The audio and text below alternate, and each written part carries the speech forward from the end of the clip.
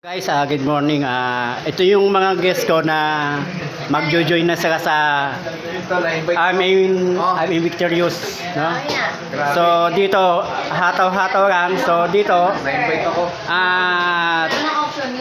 kung masipag ka, kaya may tiyaga, di ba? So ang kinaganda dito sa I'm Victorious, tulungan at magandang samahan, kapamilya at kapuso tayo dito, no? So ganitong kaganda ang company natin. Ngayon yung mga sekretary natin, si Rupa May Quinto. Yan. So isa, si Piogo Pascual, no? Yung isang speaker natin na pinakamahusay, no? So ito yung mga idol natin na ito yung nahangan natin. Sila magpapayaman sa atin, no?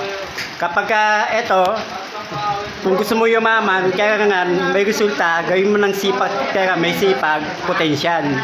Di ba?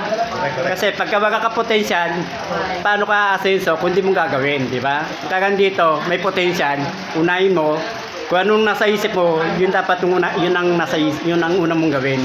Di ba, guys? So, isa mga pioneer nito, no, yung mga kumikita na, no? Si Piogo Pascual, no, artista niyan, di ba? Si Hermit yan, pero awig si Piogo Pascual. Ito yung namin, I'm Victorious number 1. Saan ka pa? Di ba? So ito kasama ko si dating ano to, statma sa ABS-CBN kapamilya, nakasama ni 8PJ ni Coco Martin, no?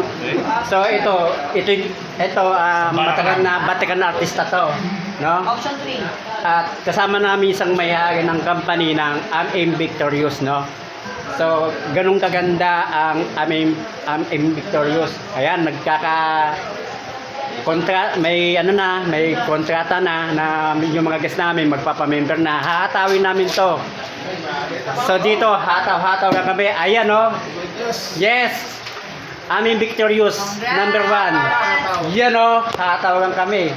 So dito yung mga babagad-bagad dyan, gumising na kayo, huwag muna kayo antok-antok dyan. Pagka kumita na kayo, tsaka na kayo magpahinga, di ba? So dito, isipagin nyo lang,